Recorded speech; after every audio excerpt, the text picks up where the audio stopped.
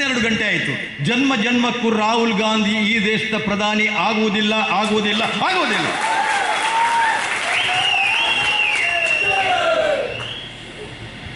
ನಳಿನ್ ಕುಮಾರ್ ಬಗ್ಗೆ ನಾನು ಮಾತಾಡ್ಲಿಕ್ಕೆ ಇಲ್ಲಿ ನಿಂತಿದ್ದೇನೆ. ಪತ್ರಿಕೆಯಲ್ಲಿ ಬರ್ತಾ ಉಂಟು, ನಳಿನ್ ಕುಮಾರ್ ಏನೂ ಮಾಡಿಲ್ಲ. ಯಾರು?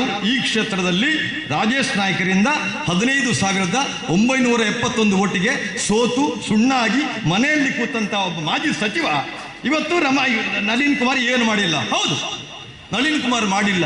ಏನು? ತನ್ನ ಹೆಂಡತಿಯನ್ನ ಬದಲಾಯಿಸಿ, ಹೆಸರು ಬದಲಾಯಿಸಿ, ಸರ್ಕಾರದ 3 ಎಕರೆ 4 ಸೆನ್ಸ್ ಜಾಗವನ್ನ 6,000 ರೂಪಾಯಿ ನನಗೆ ವರ್ಷಕ್ಕೆ ವಾರ್ಷಿಕ ಆದಾಯ ಅಂತ ಹೇಳಿಕೊಂಡು ಒಳಗೆ ಹಾಕದ್ದನ್ನು ನಳಿನ್ ಕುಮಾರ್ ಕಟೀಲ್ ಮಾಡಿಲ್ಲ. 3,500 ಮಕ್ಕಳ ಹೊಟ್ಟೆಗೆ ಅನ್ನವನ್ನ ಕಸಿದಂತ ಕೆಲಸವನ್ನ ನಳಿನ್ ಕುಮಾರ್ ಕಟೀಲ್ ಮಾಡಿಲ್ಲ. ಅಕ್ರಮ ಮರಳುಗಾರಿಕೆಯನ್ನ ಮಾಡಿಸಿ, ಮರಕಳ್ಳ ಸಾಗಣೆಯನ್ನ ಮಾಡಿಸಿ, ಜಲ್ಲಿ ಕೆಲಸಗಳನ್ನ ಮಾಡಿಸಿದಂತಹ ಬ್ರೋಕರ್ಗಳಿಗೆ ನಾಯಕನಾಗಿರೋ ಕೆಲಸವನ್ನ ನಳಿನ್ ಕುಮಾರ್ ಕಟೀಲ್ ಮಾಡಿಲ್ಲ. ಅದನ್ನು ಹೇಳ್ತಾ ಇದ್ದೇನೆ ನಾನು. ಜನಾರ್ದನ್ ಪೂಜಾರಿ ಅವರು ಇವತ್ತು ನಾನು ನೋಡಿದೆ ಪತ್ರಿಕೆಯಲ್ಲಿ, ಜನಾರ್ದನ್ ಪೂಜಾರಿ ಅವರು ಕೂಡ ಇವರಿಗೆ ಕಾಂಗ್ರೆಸ್ ಅಭ್ಯರ್ಥಿಗೆ ಮಾಡಿದ್ದಾರೆ. ಅವರು ಇನ್ನು ದೇವಸ್ಥಾನಕ್ಕೆ ಹೋಗುವುದಿಲ್ಲ ಅಂತ ಹೇಳಿದ್ದಾರೆ ಅಂತ ನಾನು ನಿಮ್ಗೆ ಹೇಳ್ತಾ ಇದ್ದೇನೆ. ನಾನು ಒಬ್ಬ ಬಿಲ್ಲವ ಜಾತಿಯಲ್ಲಿ, ಆದರೆ ನನ್ನ ಜಾತಿ ನಿಜವಾದ ಜಾತಿ, ನಾನೊಬ್ಬ ಭಾರತೀಯ.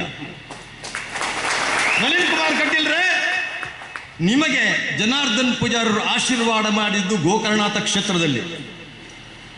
ನಿಮ್ಮನ್ನು ಕುಳ್ಳಿರಿಸಿ ನಿಮ್ಮ ತಲೆಗೆ ಕೈ ಇಟ್ಟು ನೀವು ಇನ್ನು 2 ಸಲ MP ಆಗ್ತೀರಿ. ನರೇಂದ್ರ ಮೋದಿ 2024 ಕೂಡ ನರೇಂದ್ರ ಮೋದಿ ಆಗುವುದು, ನೀವೇನು ಹೆದರಬೇಕಾಗಿಲ್ಲ ಅಂತ ಹೇಳಿದ್ರು. ನಾವು ಒಟ್ಟಿಗೆ ಇದ್ದೇವೆ. ಕೇಳಿ, ದೇವರಿಗೆ ಪ್ರಾರ್ಥನೆ ಮಾಡುವಾಗ ಗೋಕರ್ಣನಾಥನ ಲಿಂಗಕ್ಕೆ ಹಾಕಿದಂಥ ಮಲ್ಲಿಗೆ ಹೂ ಟಪ್ಪ ಬಿತ್ತು, ಕೃಷ್ಣವರಿಗೆ ಯಾರಿಗೂ ಬೀಳಿಲ್ಲ. ದಾಸವಾಳದ ಹೂ ಬಿತ್ತು, ಯಾರಿಗೂ ಬೀಳಿಲ್ಲ. ಅದು ನಳಿನ್ ಕುಮಾರ್ ಕಟೀಲ್ಗೆ ಬಿತ್ತು.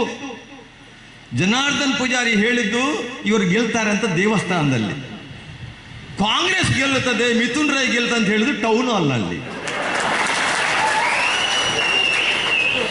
ಜನಾರ್ದನ್ ಪೂಜಾರಿ ಅವರನ್ನು ಮೊನ್ನೆವರೆಗೆ ಆಫೀಸಿಗೆ ಬಿಟ್ಟಿಲ್ಲ ಇವರು, ಇದು ಯಾವುದಕ್ಕೂ ಬಿಟ್ಟಿಲ್ಲ, ಅವರನ್ನು ಕರೀಲಿಲ್ಲ. ಗಣೇಶ್ ಕಾರ್ಣಿಕರವರೇ, ಇವತ್ತು ಕಾಂಗ್ರೆಸ್ ಓಟಿಗೆ ನಿಲ್ಲಕ್ಕೆ ಪೂಜಾರಿಯನ್ನು ಕರೆದು ದೇವಸ್ಥಾನಕ್ಕೆ ಹೋಗದ ಹಾಗೆ ಮಾಡಿದ್ರು ಇವರು ಪೂಜಾರಿ ಅವರನ್ನ. ನಾನು ನಿನ್ನೆ ಪೂಜಾರಿ ಅವರ ಹೇಳಿದೆ ಪೂಜಾರಿ ಅವರಿಗೆ, ಪೂಜಾರಿ ಅವರೇ ನೀವು ಯಾಕೆ ಹೇಳಿದ್ರಿ ಇದನ್ನು? ನಾನು ದೇವಸ್ಥಾನ ಕಾಂಗ್ರೆಸ್ ಆಫೀಸ್ಗೆ ಬೇಕಾದ್ರೆ ಹೋಗೋದಿಗಿರಿ, ನಮ್ಗೇನು ಪ್ರಶ್ನೆ ಇಲ್ಲ, ಆದರೆ ದೇವಸ್ಥಾನಕ್ಕೆ ನೀವು ಯಾಕೆ ಹೋಗಿಲ್ಲ? ನಿಮ್ಗೆ ಈಗೇನು ಮಾತಾಡಿದಿರಿ ಅಂತ ಕೇಳಿದೆ. ಅಲ್ಲ, ಅದು ಕಾಂಗ್ರೆಸ್ ಗೆಲ್ಲುದಿಲ್ವಾ? ಜನ್ಮ ಜನ್ಮಕ್ಕೂ ಗೆಲ್ಲುವುದಿಲ್ಲ, ಬರೆದಿಟ್ಟುಕೊಳ್ಳಿ ಅಂತೆಲ್ಲ. 2 ಲಕ್ಷಕ್ಕಿಂತ ಹೆಚ್ಚು ನಳಿನ್ ಕುಮಾರ್ ಕಟೀಲ್ ಗೆದ್ದು ತೋರಿಸ್ತಾರೆ ಅಂತ ಹೇಳಿದೆ. ನಿನ್ನೆ ನಾನು ಹೇಳಿದ್ದೇನೆ 4 ಗಂಟೆಗೆ. ಏನು ಹೇಳ್ತಾರೆ? ಕಾಂಗ್ರೆಸ್ ಆಫೀಸಿಗೆ ಬರೋದನ್ನು ತಪ್ಪಿಸಿದ್ರು, ಇನ್ನು ದೇವಸ್ಥಾನಕ್ಕೆ ಬರಿಸೋದನ್ನು ತಪ್ಪಿಸಂತ ಶಾಪ ಈ ಕಾಂಗ್ರೆಸ್ ಪಕ್ಷಕ್ಕೆ ಬೀಳುತ್ತೆ. ನೋಡಿ, ಯೋಚನೆ ಮಾಡಿದ್ದೆವು. ಇನ್ನು DK ಕರೀತಾರೆ, DKಶಿ ಅನ್ನು ಇಲ್ಲಿ ಕರಿತಾ ಇದ್ದಾರೆ. DKಶಿ ಬೇನಾಮಿ ಆಸ್ತಿಯಲ್ಲಿ ಹಣ ಮಾಡಿದ ಹಂಚಲಿಕ್ಕೆ ಬರ್ತಾ ಇದ್ದಾರೆ. ಯೋಚನೆ ಮಾಡಿ. ಅದಕ್ಕೆ ನನಗೆ ಗೊತ್ತಿದೆ, ದೇವ ದುರ್ಲಭ ಕಾರ್ಯಕರ್ತರು ಇರುವಂಥದ್ದು ಬಿಜೆಪಿಯಲ್ಲಿ. ನಾವು ಪರ್ಚೇಸ್ಗಿರ್ತಕ್ಕಂಥವರಲ್ಲ. ನಮ್ಮ ಪ್ರಶ್ನೆ ದೇಶಕ್ಕೋಸ್ಕರ ಇರುವಂಥದ್ದು. ನಮಗೆ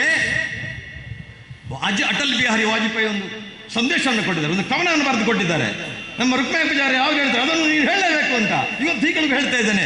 ದೇಶ ಅಂದ್ರೆ ಏನು? ಭಾರತ ಅಂದ್ರೆ ಏನು? ಭಾರತ ಅಂದ್ರೆ ವಾಜಪೇಯಿ ಹೇಳ್ತಾರೆ, ಏ ಭಾರತ್ ಕೋಯಿ ಏಕ್ ಭೂಮಿ ಕಾ ಟುಕಡಾ ನಹೀ ಹೈ, ಏ ಜೀತಾ ಜಾಗ್ತಾ ರಾಷ್ಟ್ರ ಪುರುಷ ಹೈ. ಭಾರತ ಅನ್ನೋದೊಂದು ತುಂಡು ಭೂಮಿ ಅಲ್ಲ, ಇದೊಂದು ಜೀವಂತ ಇರತಕ್ಕಂತಹ, ಚೈತನ್ಯ ಇರತಕ್ಕಂತಹ ಅಪೂರ್ವವಾದಂತಹ ಭೂಮಿ.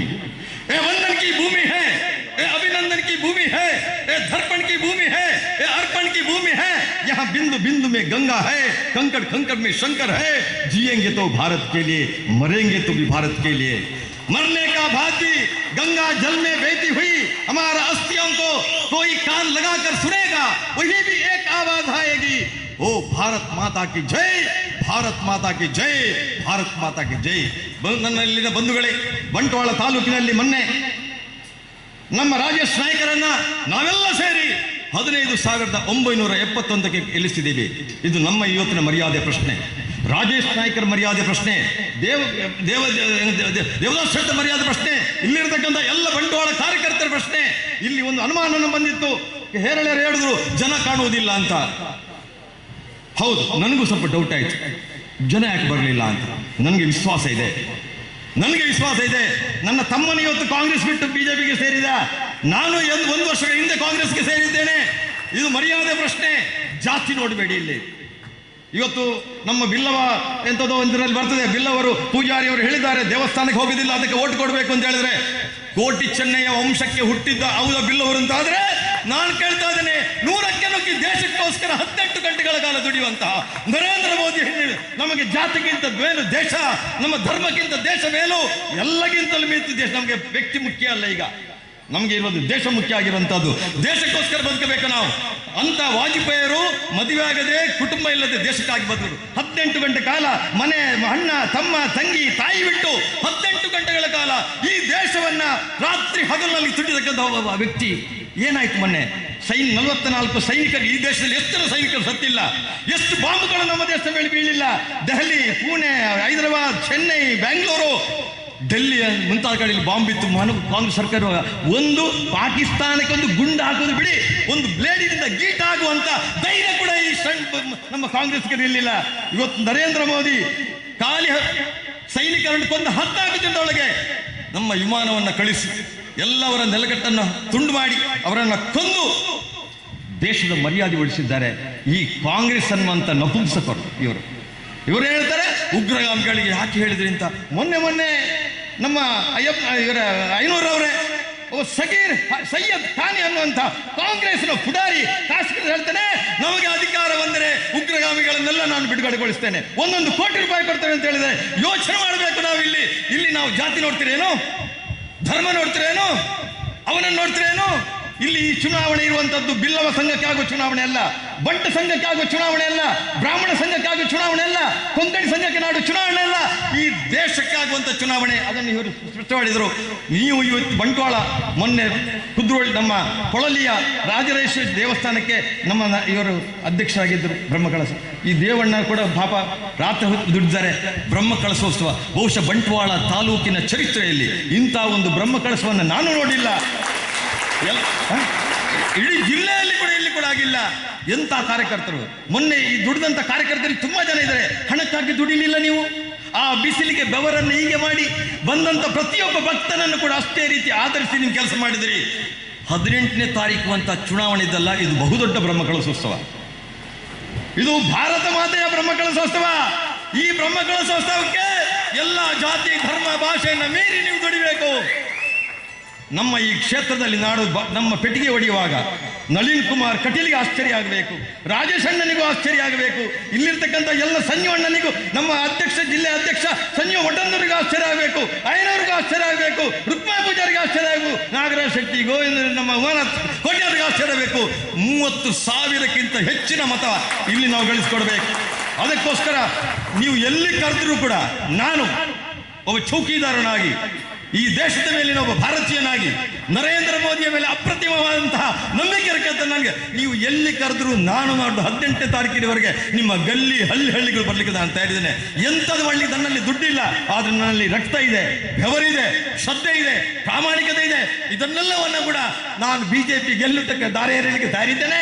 ನಾಡ್ದು ನಳಿನ್ ಕುಮಾರ್ ಗಟ್ಟಿಲ್ರೆ ನೀವು ಯಾವುದಕ್ಕೆ ಹೆಸರಬೇಕಾಗಿಲ್ಲ. ಬಿಲ್ಲವರಂತೂ ಯಾರು ಕಾಂಗ್ರೆಸ್ಗೆ ನೀವು ಒಟ್ಟು ಕೊಡುವುದೇ ಇಲ್ಲ, ನೀವು ನೆನಪಿಟ್ಕೊಳ್ಳಿ. ಈ ವೇದಿಕೆಯಲ್ಲಿ ಹೇಳ್ತಾ ಇದ್ದಾನೆ, ಟಿವಿ ಹೇಳ್ತಾ ಇದ್ದಾನೆ, ನಿಜವಾದಂತ ಬಿಲ್ಲವ ಇದು ಕೋಟಿ ಚೆನ್ನಯ್ಯ ವಂಶದ ಬಿಲ್ಲವರು. ನಾವು ಇಲ್ಲಿ ಕೋಟಿ ಚೆನ್ನೈ ಹುಟ್ಟಿದ ನಾಡು, ಇದು ರಾಣಿ ಹಬ್ಬಕ್ಕೆ ಹುಟ್ಟಿದ ನಾಡು, ದೇವಿ ಪೂಜಾರಿ ಹುಟ್ಟಿದ ನಾಡು, ತಾಯಿ ಸಿರಿ ಹುಟ್ಟಿದಂತ ನಾಡು, ಕಾಂತಬಾರೆ ಬುಧವಾರ ಹುಟ್ಟಿದ ನಾಡು. ಇಲ್ಲಿ DKC ಅಂತ 100 ಜನ ಬಂದರೂ ಕೂಡ ಇಲ್ಲಿಯ ಮತದಾರರನ್ನು ಪರ್ಚೇಸ್ ಮಾಡಲಿಕ್ಕೆ ಸಾಧ್ಯ ಇಲ್ಲ. ಇಲ್ಲಿ ನಮ್ಮ ಪ್ರತಿಯೊಂದು ಮಣ್ಣು, ನೀರು, ಗಾಳಿ, ಬೆಳಕಿನಲ್ಲಿ ಭಾರತೀಯತೆ ತುಂಬಿದೆ. ಅದನ್ನು ಹೊತ್ತುಕೊಂಡು ಅದನ್ನು ಜೀವಂತವಾಗಿರಿಸುವಂತ ಕೆಲಸದಲ್ಲಿ ನಾವೆಲ್ಲ ಇದ್ದೇವೆ. ಬಂಧುಗಳೇ, ಇವತ್ತು ಇಷ್ಟು ಜನ ಇಲ್ಲಿ ನಿಮ್ಮ 2 ಓಟ್ ಇದೆ. ಈ ಸಲ ಕಡೆಯದಾಗಿ ನಂದು 1 ನಿಮಿಷ, 2 ಓಟ್ ಇದೆ ನಿಮಗೆ. ಕಳೆದ ಒಂದೊಂದು ಓಟಿನಿಂದ 15,979 ಲೀಡ್ ಮಾಡಿಕೊಂಡಿದ್ದೀರಿ. ಇನ್ನೊಂದು ಓಟು ಇಷ್ಟವರೆಗೆ ಅವರು ಬಿಜೆಪಿಗೆ ಓಟ್ ಹಾಕಿಲ್ಲ. ಈ ಬಾರಿ ಇನ್ನೊಂದು ನಿಮ್ಮಿಂದ ಬೋನಸ್ ಓಟು, ಮೋದಿ ಓಟು. ನಿಮಗಿಂತ ಮುಂದೆ ಮೋದಿ ಮನೆಯನ್ನು ಮುಟ್ಟಿದೆ, ಅದು ಎಲ್ಲ ಜಾತಿಯನ್ನು ಮುಟ್ಟಿದೆ, ಎಲ್ಲರನ್ನು ಮುಟ್ಟಿದೆ. ಆ ಮೋದಿಯ ಓಟನ್ನು ಹೆಕ್ಕಿದರೆ ನೀವು 30,000ಕ್ಕಿಂತ ಮಿಕ್ಕಿ ಗೆಲ್ತದೆ. ನಾನು ಏನು ಜನಾರ್ದನ್ ಪೂಜಾರಿಗೆ ನಿನ್ನ ವಾದ ಕೊಟ್ಟಿದ್ದೇನೆ, 2 ಲಕ್ಷದಿಂದ ಮೇಲೆ ನಾವು ಗೆಲ್ತೀವಿ. ನೀವು ದೇವಸ್ಥಾನಕ್ಕೆ ಬರೆದು ಬಿಡುದು ನಿಮಗೆ ಬಿಟ್ಟದ್ದು, ಅದು ನಿಮ್ಮನ್ನು ಕಾಂಗ್ರೆಸ್ನಿಂದ ಅವರು ಬಿಟ್ಟಿದ್ರು, ಈಗ ನಿಮ್ಮನ್ನು ದೇವಸ್ಥಾನಕ್ಕೂ ಬರೋದಾಗೆ ಮಾಡಿದಿರಿ. ಅಷ್ಟೊತ್ತಿಗೆ ನಾನು ಫೋನ್ ಇಡ್ತೇನೆ ಅಂತ ಹೇಳಿದ್ರು, ನಾನು ಆಯ್ತು ಅಂತ ಹೇಳಿದೆ. ಅದಕ್ಕೋಸ್ಕರ ಬಂಧುಗಳೇ, ಗೆಲ್ಲಬೇಕು. ಯಾವ ಜಾತಿ ನೋಡಬೇಡಿ, ಧರ್ಮ ನೋಡಬೇಡಿ, ಏನು ನೋಡಬೇಡಿ. ನಿಮಗೆ ಅನ್ನ ಕೊಟ್ಟ ಈ ದೇಶವನ್ನು ನೋಡಿ, ನಿಮಗೆ ಬಾಯಾರಿಕೆಗೆ ನೀರು ಕೊಟ್ಟ ಈ ದೇಶವನ್ನು ನೋಡಿ, ಬದುಕಲಿಕ್ಕೆ ಗಾಳಿ ಕೊಟ್ಟ ಈ ದೇಶವನ್ನು ನೋಡಿ, ನಿಮ್ಮನ್ನು ನೋಡಲಿಕ್ಕೆ ಬೆಳಕು ಕೊಟ್ಟ ಈ ದೇಶವನ್ನು ನೋಡಿ ಅಂತ ಹೇಳಿಕೊಂಡು ಈ ದೇಶಕ್ಕಾಗಿ ತನ್ನ ಜೀವನವನ್ನು ತ್ಯಾಗ ಮಾಡಿದಂಥ ನರೇಂದ್ರ ಮೋದಿ ಬಡತನವನ್ನು ನಾನು ಓದಿಕೊಂಡು ಬೆಳೆದವನಲ್ಲ. ನಾನು ಜೀವನದಲ್ಲಿ ಬದುಕಿನಲ್ಲಿ ಅದನ್ನು ತಿಂದು ಅನುಭವಿಸಿ ಬಡತನದ ಪ್ರತಿಯೊಂದು ನೋವನ್ನು ಅನುಭವಿಸಲು ಹೊಟ್ಟೆಯ ಹಸಿವೇನು ಅಂತ ನನಗೆ ಗೊತ್ತಿದೆ. ಅದಕ್ಕೋಸ್ಕರ ನಾನು ಈ ದೇಶಕ್ಕಾಗಿ ತ್ಯಾಗ ಮಾಡಲಿಕ್ಕೆ ನಾನು ಬದುಕಿದ್ರು ದೇಶಕ್ಕೆ, ಸತ್ರು ದೇಶಕ್ಕೆ ಅಂತ ಹೇಳಿದಂಥ ನರೇಂದ್ರ ಮೋದಿಯನ್ನು ನೋಡಿಕೊಂಡು ನಾಡಿನ ಇಲ್ಲಿಗೆ ಬರ್ತಕ್ಕಂಥ ಎಲ್ಲ ಕಾರ್ಯಕರ್ತರು ಮನೆ ಮನೆಗೆ ನಾಳೆಯಿಂದ ಪ್ರಾರಂಭ ಮಾಡಿ ದೇಶ ಕಟ್ಟೋಣ, ಜೊತೆಗೆ ಬಂಟ್ವಾಳ ಕಟ್ಟೋಣ. ಎಂತ ಮಾತಿಗೂ ಕಿವಿಗೊಡಬೇಡಿ. ದೇವರು 2 ಕಿವಿ ಕಟ್ಟಿದ್ದಾರೆ, ಬಲದಿಂದ ಕೇಳಿ. ಬಿಜೆಪಿ ಒಂದನ್ನು ತಲೆ ತಗೊಳ್ಳಿ, ಕಾಂಗ್ರೆಸ್ ಬಂದರೆ ಎಡದಲ್ಲಿ ಬಿಟ್ಟು ಹೋಗಿ ಅಂತ ಹೇಳಿಕೊಂಡು ಅವಕಾಶಕ್ಕೆ ಒಂದಿಷ್ಟು